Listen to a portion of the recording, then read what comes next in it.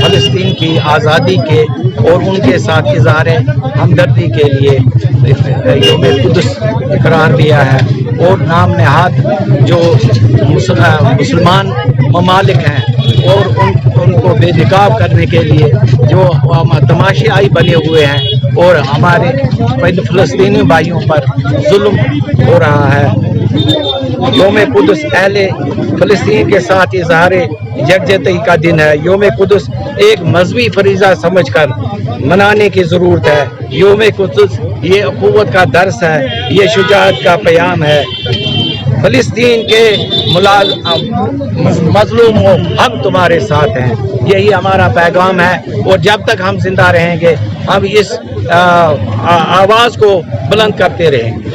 پیش بینی ہے بہت بڑا، ایک ان کا بصیرت نما ایک جو کام ہے، انہوں نے یوم القدس کو یعنی جمعۃ الوداع کو یوم قدس کے عنوان سے منانے کے لیے اس کو ایک سنت قرار دیا، جس میں اصل مقصد یہ تھا کہ مظلوم فلسطین کے ساتھ یکجہتی اور ہمدردی کا اظہار کیا جائے، اور ہمیشہ ظالم اور استکبار کو جو ہے اس کے مقابلہ کیا جائے۔ اسی چیز کو، اسی پروٹیسٹ کو ہم بھی یہاں پر جو ہے کرتے ہوئے یہاں آ کر کے جمع ہوئے ہیں، اور ہم نے اپنا بیان بھی دیا ہے کہ فلسطین کو چھوڑ دو، آزاد کر دو، اور مسلمان مملکت کو، اقلیت کو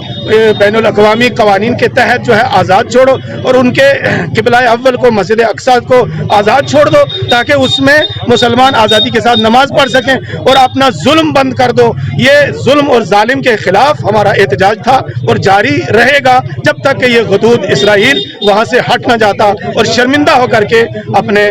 واپس پلٹ نہ جاتا۔